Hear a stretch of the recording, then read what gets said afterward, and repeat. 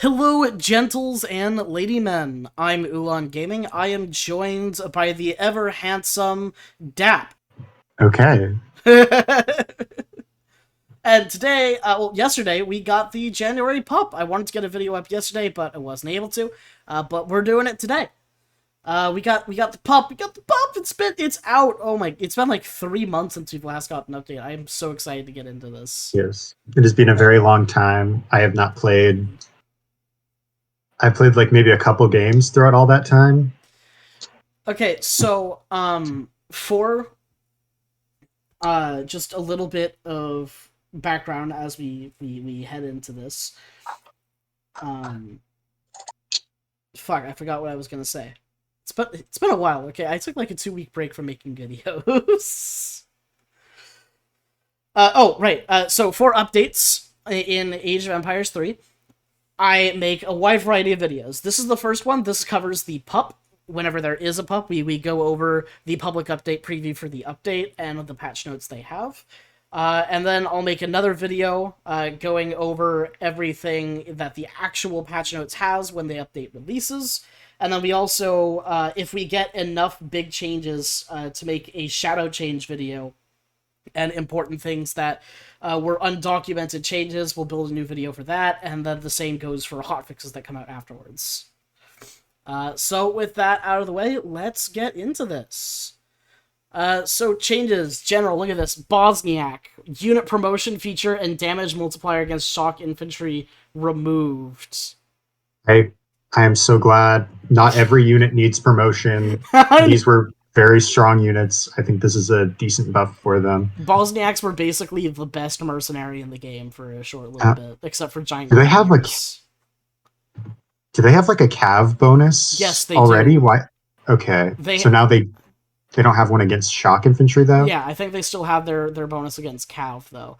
They're supposed to be like mercenary versions of Chinakos, and Chinakos were like already one of the best Cavs in the game.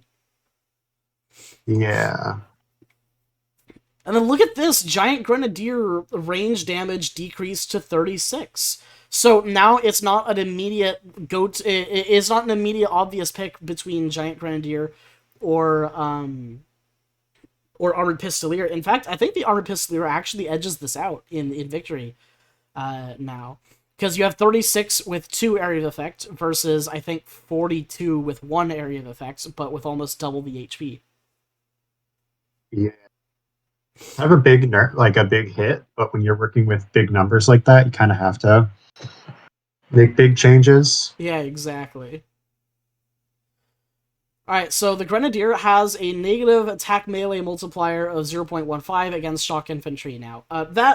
I did not realize that they only had a negative multiplier against cavalry, and it sucks that they didn't have one against shock infantry, because their 24 attack with 1 area of effect in melee would be fucking ridiculous against shock infantry. My god. Yep. That's probably just an oversight that they didn't have that to begin with. Yeah, exactly. So now your shock infantry will actually do their damn job against grenadiers. I don't know what this next one means exactly. Guard of Honor and Legendary Native Warriors. Both of them are shipments with the Brazil Revolution. It seems that beforehand you could just send these cards without actually having a shipment available. But now they do cost a shipment. That's strange. That must have just been like just with the last update, because I don't remember that previously. There's a couple weird interactions with like numbers of shipments. When Mexico first released, they were the first civilization that had shipments that cost 2 shipments to send in H5, and they weren't good shipments either. But it was a pretty new thing. I don't think. Yeah, I'm wondering if we're going to get more of those. I don't really think any shipment can be good if it costs 2 shipments. Like, it needs to be like fucking game ending to be worth 2 shipments. You know? Right. And then we got small. Well, probably a pretty sizable South Africa buff. Yeah, so they had a card that sent 2 bank wagons, but you could only build one of them, is the problem. So now you can actually build both of them. Do they still get a 3rd factory? I think so, yeah. All right.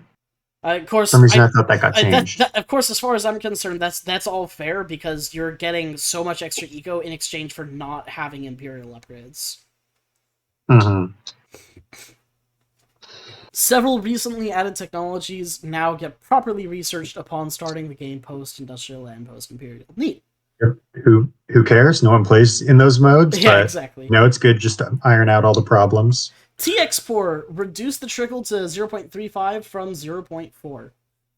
I like this, actually. Now, I love T-export as a card, and I think it's a fantastic addition, and that it's pretty much my first card I always send as China.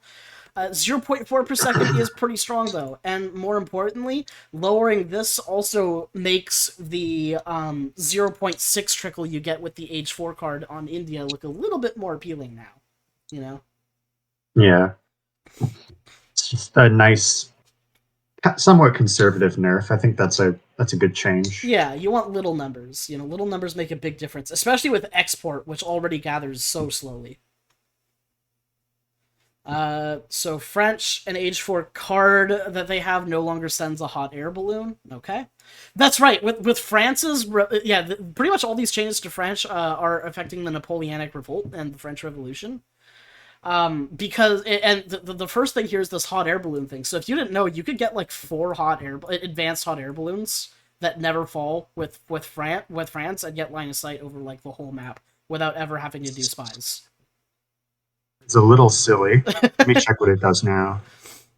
Yeah, so that's So it looks like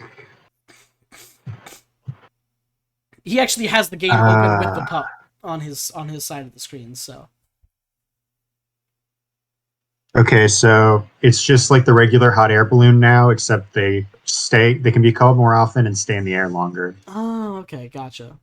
Which doesn't seem very good, but sorry if you hear me sniffling. You probably shouldn't be able to allow to have multiple advanced hot air balloons. That's a little nutty.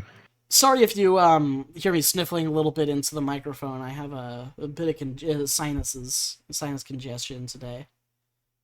Not sure what's going on there. Anyways, French Revolution now activates the Edict of Nantes card to enable grenadier training at the church.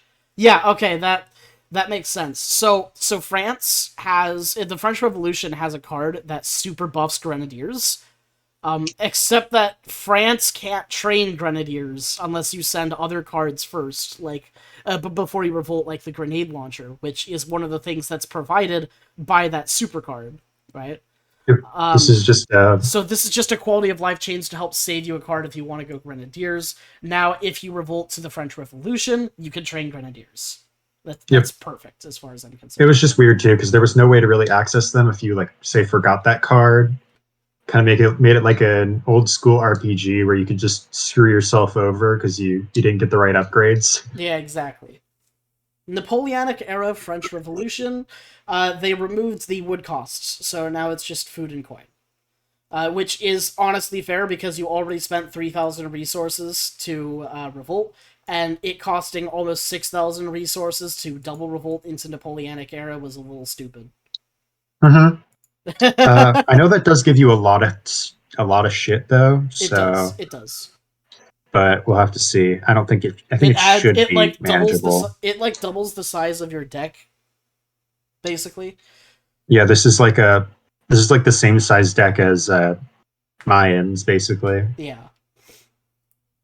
All right, 100 days. Now takes 60 seconds to arrive up from 40. Yeah, this is the one that sends you 100 musketeers. Yeah, it's probably fair. Yeah, it's fair. It's not the biggest change in the world. I don't think anybody is making 100 days decks out there, but, you know. Sanskaloot, initial gather rate for wood. I know people. I made the video on the French Revolution, and it's filled with comments about people complaining how I say Sanskaloot. So I'm gonna keep saying it the exact same way. Initial gather rate for wood changed to 0.5, and coin mines to 0.6. So to 0.66. So this actually puts them in line with normal settlers now. They have the same gather rate as settlers now, which is just wonderful. I think they needed that. Yep. I wasn't actually super familiar with how good this revolt was, but it seems like it wasn't performing too well, So, yeah, some of the parts were over, some of it were under. Basically, instead of transforming into revolutionaries, you get your settlers transform into these Sandskaloots, which are basically just settlers, but they fight better and gather slower. Now they gather the same and just fight better. It's pretty cool though if you build up if you try to go for a fast revolt, because the Sandskaloot can be trained in batches of, I think, 10 actually, 5 or 10. So you could potentially make a build where you go with the French Revolution as fast as possible, and then use the Sandskaloot to boom by making batches of 5 settlers at once from your TCs. Yeah, they can train in batches of 5. That's really interesting. Yeah, I haven't messed around with it because I don't really like playing the French, but this is something that I think now that the Sanskaloot is actually like improved and brought up to its to the settler in terms of base gather rates, I think we might be seeing more fast revolts from France now. That's something I want to see, and if I don't see it come up soon on somebody else's channel, I'll make a video of it myself. There's plenty of upgrades for them as well. Yes. At the home city. Yes, quite a few of them. Germans! The higher Pandors cost increased to 1,000 from 500. Yeah, that's fair. People didn't realize when Pandors entered the game just how impactful they are. People are starting to catch on now that Pandors are actually really good. And if you do mercenary camps as Germans, especially if you do mercenary camps and you start training Pandors, like, you win every single skirmisher war. It's nuts. Pandors are insane. So that's a good change to see. And then the mercenary camps card now delivers 3 Uhlans. This is wonderful. This is one of the things that I hated about a lot of the new German shipments, is that a lot of them were in the wrong age or didn't include Uhlans like every other Germany card does, and now that's fixed. So that's great. Yep. Indians, crushing force. Wait, do you have anything to add on Germany? I saw you speak up for a second. Not really. Okay. Damage improvement for elephants reduced to 15% from 20. Yeah, that's super fair. Are you familiar with crushing force? I am not. Okay, so is it a home city card? Let me look for it. No, it is not a home city card. It's a church tech. So, India got a whole bunch of new cards and upgrades for their elephants in the October batch, right? I made some videos about it and how much I love Howdas and shit. One of their cards, one of their new things is that one of their church techs, which basically boosted your explorer's ability to stomp and stun people as a random chance on their hits. They made it so that it also increases the melee damage of elephants by 20%. Which basically is a free 20% combat card that doesn't require a card. And it made Mahouts in particular fucking insane. Now they seem to have toned it back a little bit, just by 5%. So the Mahouts are still going to be insane, but they're not going to be as like ludicrous as they were before. And elephants are still like India's absolutely most upgradable unit type in the game, pretty much in the game. So. A little bit of a nerf, but not a big one. And the elephants are still in a good spot. All right. Like, do you see how amazing of a tech that is? It's ridiculous. Pretty good. Did it used to not just, like, affect that at all? Yeah, the tech used to not provide any damage boost, and it just boosted the stun chance on elephant explorers. That is pretty crazy, then. So... yeah. Maybe need a bigger nerf later on, but that seems like in the right direction at least. Imperial, I think I'm like the only person who caught on to the fact of just how ridiculous the ridiculous elephants could be in the late game when they did the last update. Imperial Burseglery corrected the armor bonus to 5%, up from 0.5%. So this was actually I understand how this accident came to be. It's because the armor used to be displayed as 0.5 if it was 50%. Yep. But in the patch before the previous one, they had I think in the October patch, they accidentally gave them plus 50% armor So In they'd have like 90% resistance? basically Oh my god, they oh, just couldn't get it right.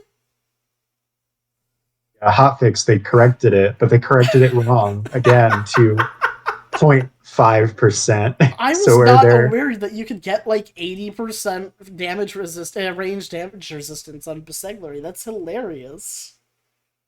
yeah, so their armor went up by like less than 1.1. Oh my god. Alright, cooperation. Tribal marketplace, big button. Now correctly costs 250 food and 250 wood. I don't know what it costed earlier. And lowers the cost of support cards by 25% as intended, up from 15. Oh, okay, so it's like an old ways buff, basically. Yeah, it also is the one that gives you experience for bill gathering. Ah, gotcha. I guess that's the secondary kind of effect there. 3 Axe Riders reverted to 4. Don't they have like 2 different 4 Axe Rider shipments They in they had HD? a 3 and a 4 that got changed to a 3 and a 3, and now it's back. Okay, got it. I see. And 5 Club Warriors reverted to 6. Team Great Yep. Lakes now correctly reduces the cost of legendary warboats, improved cordage, and river raids technologies in Native American docks. Yep. Okay, cool. Looks like that just kind of wasn't working before. Now it is. Ottoman changes. These I'm interested in seeing because fuck the Ottomans. They're never fun to play against. Alright, Azaps. Range damage reduced to 6 from 8. Yeah, that's fair. Azaps were fucking insanely good. And then melee resistance flipped to ranged resist. I actually don't agree with this one. Because I feel like the whole thing at the Azap was that it lost to pretty much every type of infantry that could shoot. So it lost to musketeers and skirmishers, the two like biggest premier frontline infantry units. Because they're kind of supposed to counter all cavalry, right? But lose to Yeah, all infantry. But now they perform better against infantry and slightly worse against things like hand cavalry. So I don't know about that one. In all they honesty, are going to perform better against dragoons, though. Those are like their primary counter. I suppose, yeah. Delhi. This is one I am very glad to see to see changes to because everybody kind of knew that the Delhi was like Ottoman's best unit now. Mm-hmm. Attack speed slowed to 1.2 from 1. Oh, that's gonna make the damage calculations much harder to do now.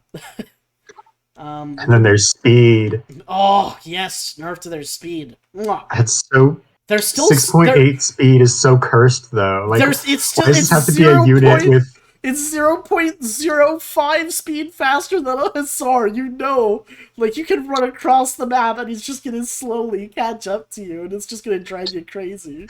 It's this the unit's so annoying. I don't like it. It's the numbers just I hate them. It's attack speed 1.2 and movement speed 6.8. It's just not right. It's not right, no.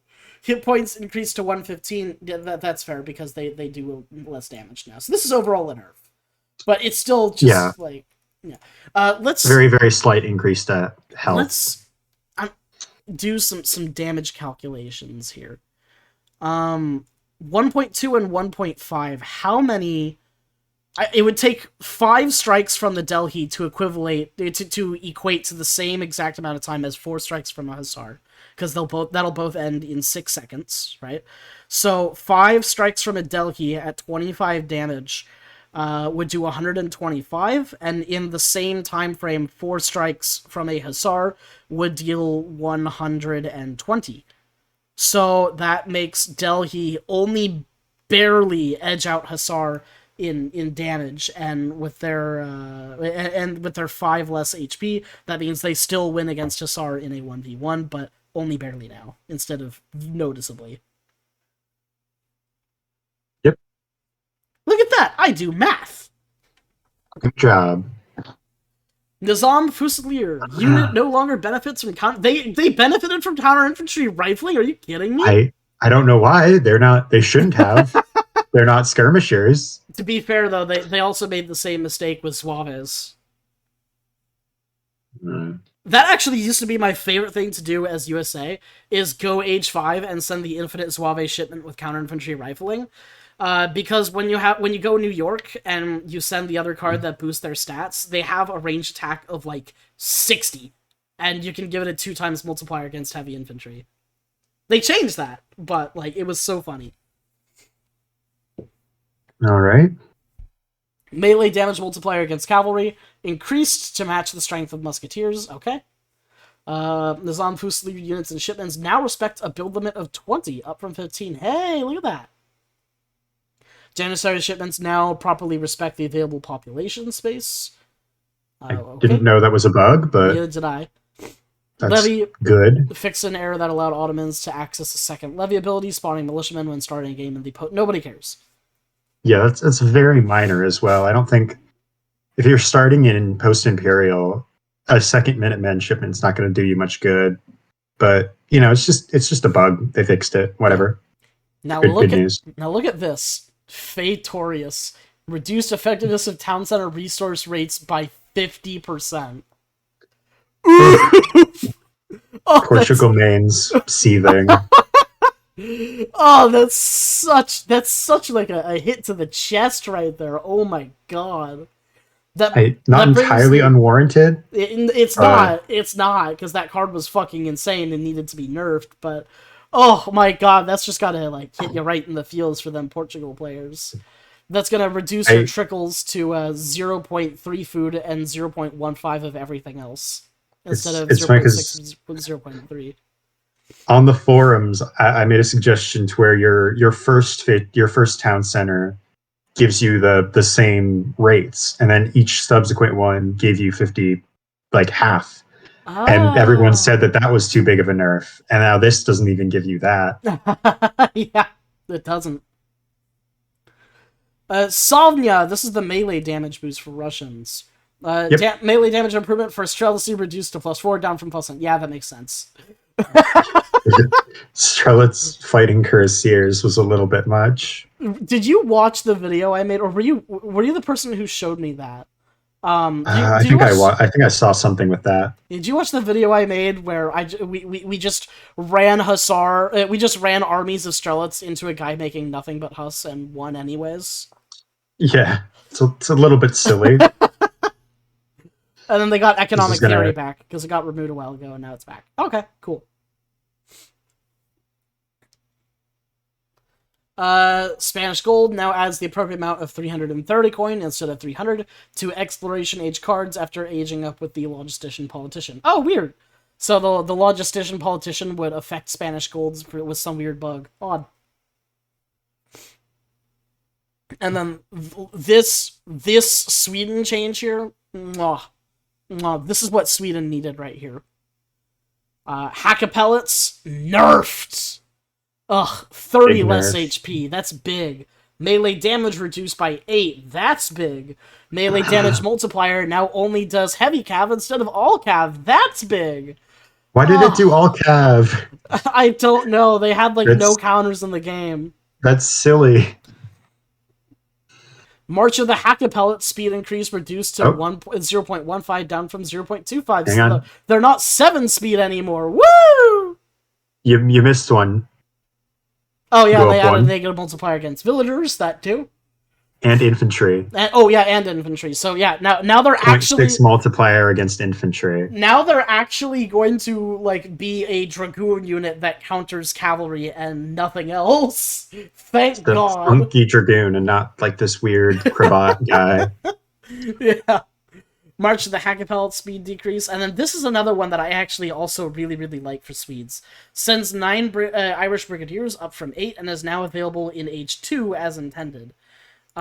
This I am a huge fan of, because the Fusiliers were neat, but they were way too expensive to train in Age 2. And really, you just use them to raid because the 3 Fusiliers that you got could one-shot a settler, right? Yep. But now you can actually make like an Age 2 Irish Brigadier build, and it will just be serviceable. And it's an actual Age 2 mercenary that's meant to be in Age 2, and I'm all for this. It provides... I'm all for all these Sweden changes, because the HAKEPELIT reign is over. And they also have a little bit more diversity in builds that they can do through use of Irish Brigadiers. So I'm happy for Sweden players. Yeah, what I'm not sure about is Sweden just gets a discount on mercenary shipments, right? No, they don't Ye- get. They don't get a discount. What they do, what they get is when they send the mercenaries, they can train them from barracks. I don't know why I thought they had a discount. No, So that makes sense now then. they can send 9 Irish Brigadiers in Age 2 and start training Irish Brigadiers out of barracks. Nice. Yeah. And honestly, I'm hoping to see that because I would rather fight Irish Brigadiers than fucking Caroleans. The one unit wonder that counters everything in the goddamn game. Fucking hell. Alright, thank you guys for watching, Gentles and Laymen. Do you have any last notes, Stat? No, I don't think so. Pretty small patch, but Yeah. some nice changes. Yeah, nice changes all around. I don't think anybody can really disagree with any of these changes. Have a great day, Gentles and Ladymen. Love each other, and bye. Thank you, Gentles and Ladymen, for watching the video. Please do consider subscribing or leaving a like or a comment. Really helps the channel grow, so I can do more of this stuff. Thanks again. Have a good day.